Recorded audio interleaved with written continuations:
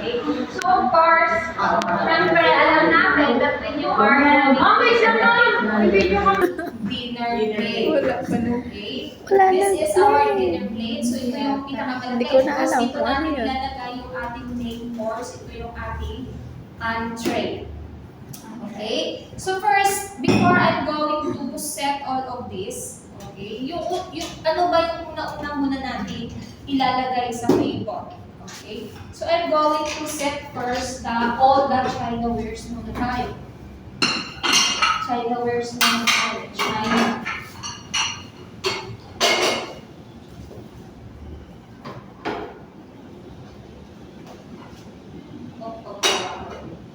Okay. So, we'll start with the appetizer. Okay? So, I'm going to place the appetizer here. Okay? Kasi ito yung unang course na siniserve natin. Okay? Sabi nga natin, that is to stimulate the palate. Okay? So, I'm going to place the order plate and then the dinner plate. Okay, so remember that the dinner plate, I am going to place, or you have to place the dinner plate at the edge of the table, 2 inches from the edge of the table. So, huwag mo na susukatin. Ako lang magsusukat. Oo. Ako lang yung magsusukat na 2 inches ito. Ayan. Pero syempre, pag ikaw, estimate mo ng 2 inches to. Okay, so huwag na masyadong nasa gilid. Dapat medyo malayo siya ng konti sa edge. So at least 1.5 or 2 inches from the edge of the table ang paglalagay ng ating dinner plate. Okay, next, I am going to place the salad plate. Okay, so after the dinner plate, I'm going to place the salad plate at the top of the dinner plate siya. Next is the soup bowl. Okay? So, it's up to you. Siyempre, depende kung anong klaseng soup ang isi-serve mo. It's either a cream thick soup or a consomme soup. Para medyo social tignan, o yung cream thick bowl yung ilalagay natin. Okay? So, later, i-discuss ko bakit nakapatong-patong siya. Okay? I-discuss ko yan mamaya kung bakit nakapatong-patong. And then, I'm going to place the dessert plate at the top of the dinner plate. Dapat naka-center din yan. Okay na ba din sa online? Nagigets pa? Yes, ma'am. O, yun. Sige, yes. And then, the cup and the saucer. So, at least dapat din dito, huwag din masyadong nasa edge. Okay? Tapos, din natin nasa mga 2 or beyond, 1.5 or 2 inches. Basta hindi lang masyadong gilid. Okay. So, observe, okay, kung paano ko nilagay yung tasa. Okay? So, yung tenga niya nakaganito. Diba? Yung hawakan ng tasa. Okay? Bakit hindi nakaganyan? Okay. So, syempre, pag nakaganon, gaganon ka pa. Dapat nakaganon. O, para nakaganon ka ng hawak. So, it's either naka 3 o'clock. 3 o'clock yan. Kung sa rilo yan, naka 3 o'clock. Or pwede rin 5 o'clock. Ayan. 3 or 5 o'clock na siya. Okay. So, after setting all the chinawares, let's go to the glasses. Sa glass tayo. Okay, so sa glasses natin, we have a wine glasses and we have a, tawag ito, goblet or water goblet ang tawag dito. Water goblet. Okay, so I'm going to sit the water goblet here. Ayan. So, sa lahat ng drinks, okay, ito yung pinaka-staple, okay, ang tubig. Dapat nandyan lagi yung tubig. Kahit wala yung mga ganito, at least yung tubig nandyan. Ito yung hindi nawawala sa table. Okay?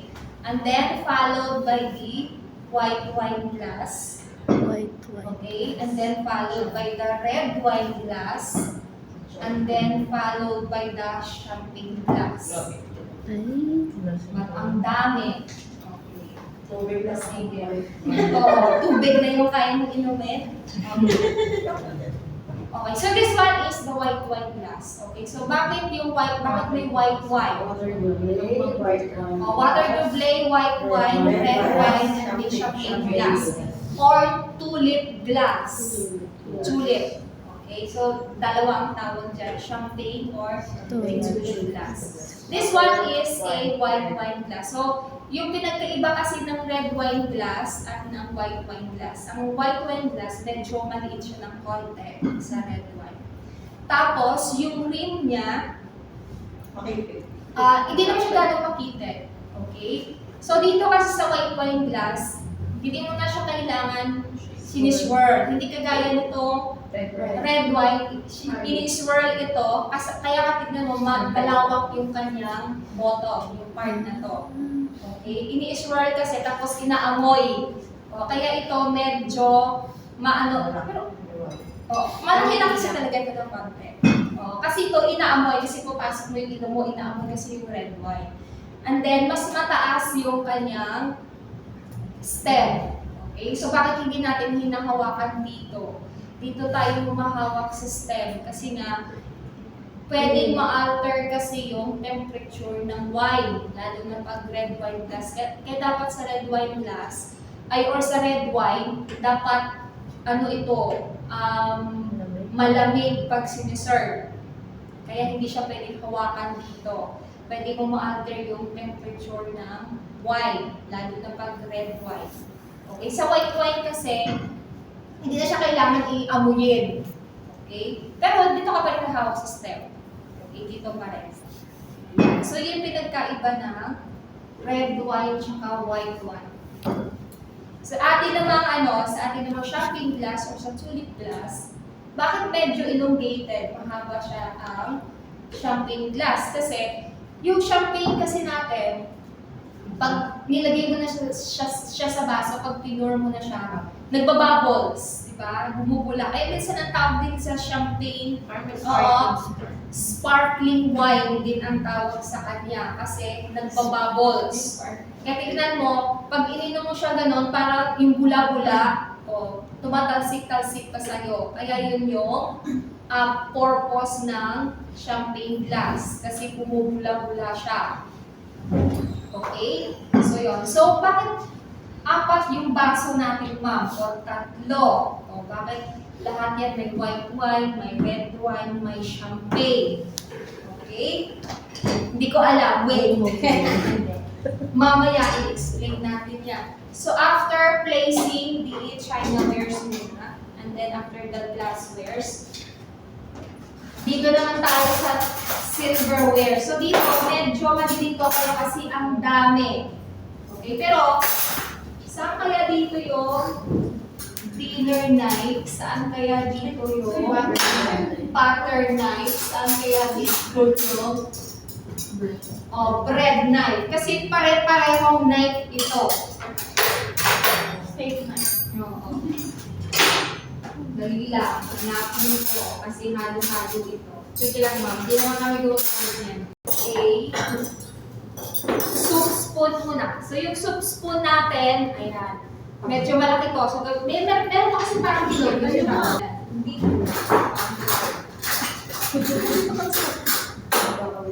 Sige, ito na lang. Para malaki. Soup spoon. Artista si ma'am. O, namin nagbibideo. Artista. Artista. Okay. Kaway-kaway. Iuro ko konti. Wala nang place para sa School. Wala nang place para sa akin. Oy, yung yung inyong video, tapos inano nyo rin, tapos in-upload niyo sa YouTube. Yung nanood, baliktad. Alam mo, hindi nag-perform ng ganyan. Baliktad ito. Sabi ko, bakit gano'n? Nakaganito eh. Ako sa video, baliktad kasi yung ano. Kasi Si Ma'am, kanina nakita ko sa video. Yung kakain kaliwete. Ganun, same pa rin yung Yes, ganun pa rin ano. Ah, Okay, sige. So first, I'm going to place a soup spoon. Okay, sa right side. Sa right side po ng table. And then, place the salad knife. Okay? We have a salad knife. Mamaya explain ko rin yung salad knife. Yung salad knife, medyo maliit siya ng konti sa dinner knife. Ayan. Medyo maliit siya ng konti sa dinner knife. So after placing the salad knife, dapat ito, yung parang sharp niyang ganito, dapat naka-place towards the wait, dapat. Towards the Naka-place na dapat doon sa may plate. And then, place the fork salad at the left side. Ay, de, balik ayan, na. nasarap. Ay, tama ka, tama. Tulog niyo, no? Ako gabilan mo. Dapat dito. And then, the dinner knife. Medyo malaki siya ng konti sa salad knife. And then, the fork work. or the dinner fork. Malaki dapat yung dinner fork.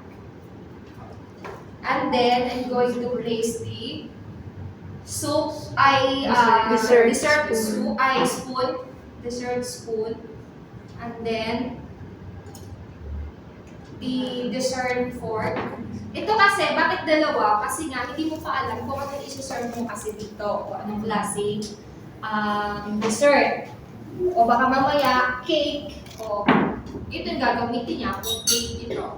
At least meron siyang ano.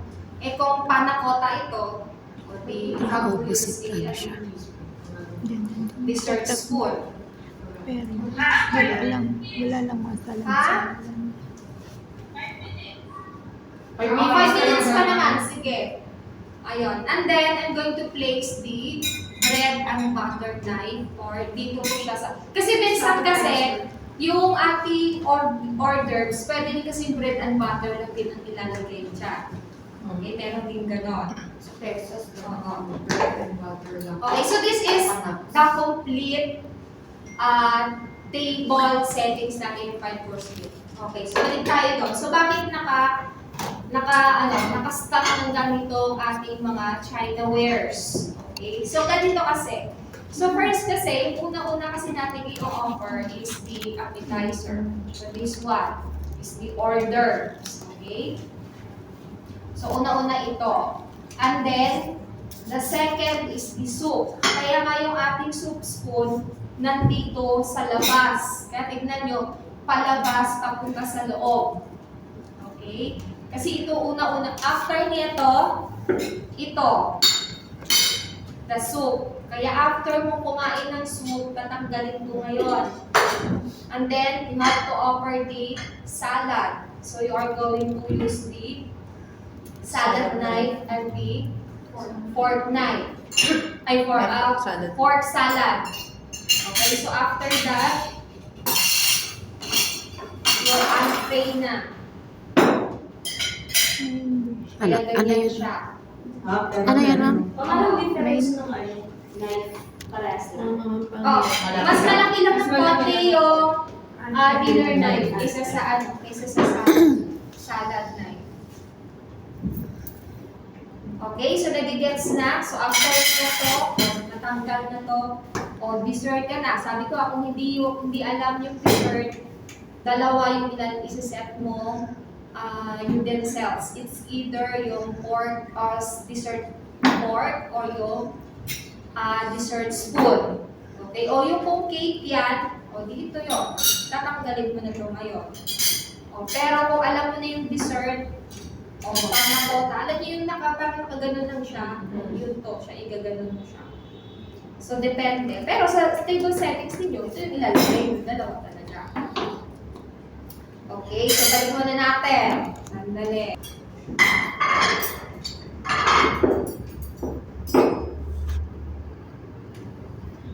Okay, so may nakalimutan wait lang. I forgot the steerer here. Yun ang inaano namin. Inaantay ko nga pala yung natin steerer. Ayan.